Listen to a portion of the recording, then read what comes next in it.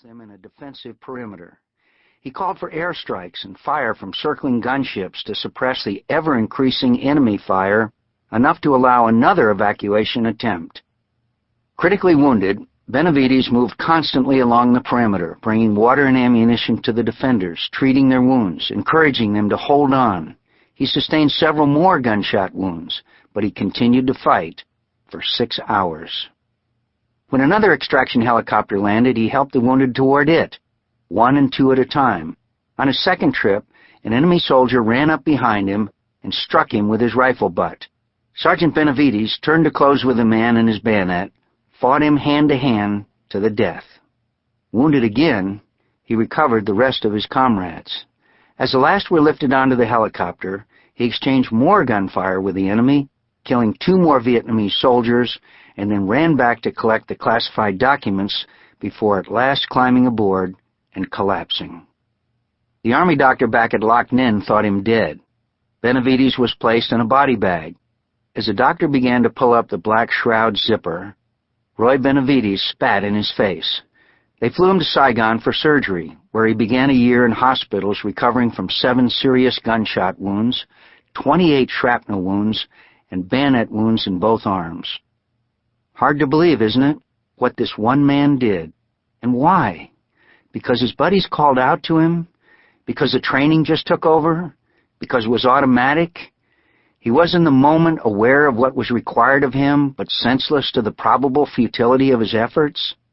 These are the sorts of explanations you usually hear from someone who has distinguished himself in battle.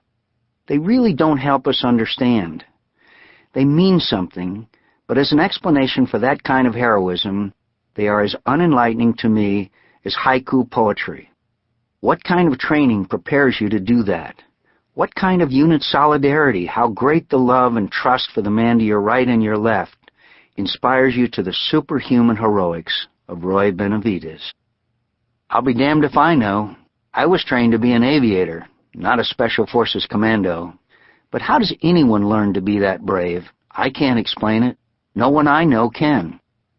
We're taught to understand correctly that courage is not the absence of fear, but the capacity for action despite our fears. Does anyone have that great a store of courage that he would think himself capable of meaningful action with the eruption of fear that any one of us would have felt rise in our throats and burn our hearts were we to find ourselves in the hopeless situation of Roy Benavidez? I wouldn't. I don't know anyone who would, and I've known some very brave men. I doubt very much Roy Benavidez thought he would. It's not to be expected in anyone. No courage could contend with such fear and animate our limbs and control our minds. Fear would have to be vanquished completely. If we can't comprehend his heroism or imagine possessing his courage, can it offer our own lives any instruction? I believe it can. An act of heroism of extraordinary courage, the grandeur of it, won't easily inspire us to act in imitation, but it can inspire us to emulate its author. For that we should learn what we can of the whole experience of the subject, the hero's life as it was before and after, and believe that trying to emulate the character it reveals is one way to prepare for the tests that might await us and gain hope that our courage will not be wanting in the moment. What do we know of Roy Benavidez's life before and after that moment of madness? We know that he was a good man. The straitened circumstances of his youth did not embitter him or lead him astray. The constant lifelong pain of his wounds didn't undo him. His valor was not properly recognized for 13 years. In 1981, Ronald Reagan, who said of his heroism that were it a movie script, you wouldn't believe it, replaced the Distinguished Service Cross that General William Westmoreland had given Roy with the Medal of Honor. The delay didn't seem to bother Roy. I don't like to be called a hero, he complained. And then, in the familiar refrain of veterans from all wars, he offered the observation, the real heroes are the ones who gave their lives for their country. That kind of humility from surviving veterans who distinguished themselves in combat is so commonplace that we've come to expect it from them. We don't take it seriously. We even suspect that it's false. We don't see how remarkable it is. They mean it. Every word. Roy stayed in the Army until he retired in 1976. Then he lived on his pension and disability pay and spent his time speaking at schools and to youth groups, counseling troubled kids, encouraging them to stay in school and off drugs. In 1988, on his deathbed, with 2 pieces of shrapnel still in his heart, he proclaimed, "I'm proud to be an American." After September 11th, when people were afraid to ride elevators and get on airplanes, when many thought their entire sense of well-being had been permanently compromised, some people thought I could encourage others to find the fortitude to get on with their lives by developing a manual of courage. But they're wrong. I don't know what to tell people to quiet those kinds of anxieties. Get on the damn elevator. Fly on the damn plane. You're almost certainly going to be okay. And in the unlikely event you're not, do you really want to spend your last days cowering behind plastic sheets and duct tape? That's not a life worth living, is it? Please don't think I dismiss the importance of what happened on that terrible morning in September. I don't. Beyond the immeasurable grief and suffering it brought to thousands of American families, it was a battle cry that summoned America to a war we sort of knew was going on, but we hadn't really comprehended how near the threat was and how atrocious were the purposes and plans of our enemy. It is a big thing, this war, a fight between 2 ideologies, completely antithetical to each other. It's a fight between a just regard for human dignity and a malevolent force that defiles an honorable religion by disputing God's love for every soul on earth. It's a fight between right and wrong, good and evil. It is no more ambiguous than that.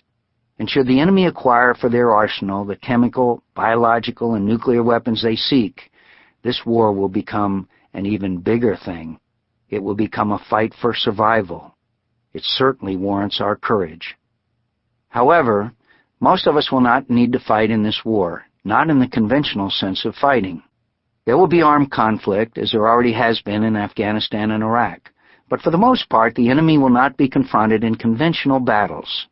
Much of it will be fought by intelligence services. Much of it will be fought politically, diplomatically, economically.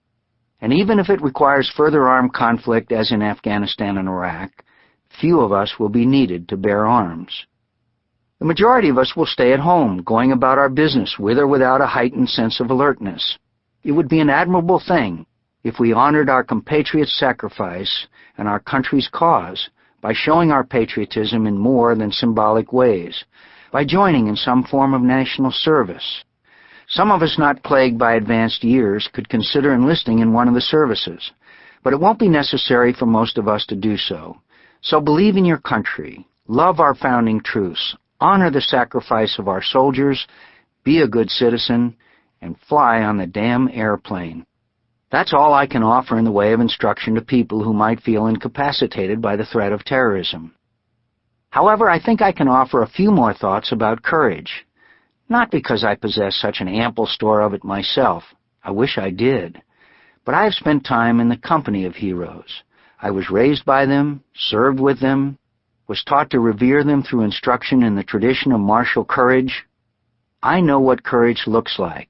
I know what it can do. I know its different expressions. I think I know what it costs. And if I can't tell you how to get Roy Benavidez courage, no one could, not even Roy, I can provide a few suggestions, learned by observing the example of the people I admire the most, about what one might do, how one might live to become ready for the occasion of heroism and possibly, in a difficult, dark, confused, and consequential moment, to strike what an old soldier's prayer hails, the little spark of courage.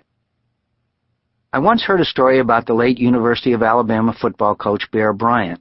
Before the start of every game, Bryant would walk his quarterback along the sidelines in silence for all but a moment of the ritual, the moment when he would turn to the young athlete and give him just 2 words of advice: be brave. It's pretty obvious why that would be good advice to a quarterback. Be brave because you're coiled behind the center ready to take the snap. You're going to be looking into the determined faces of several men, larger, stronger, and probably tougher than you, grunting oaths to do you grievous bodily harm. You're going to want to run away from the probability of pain and not worry about completing the play.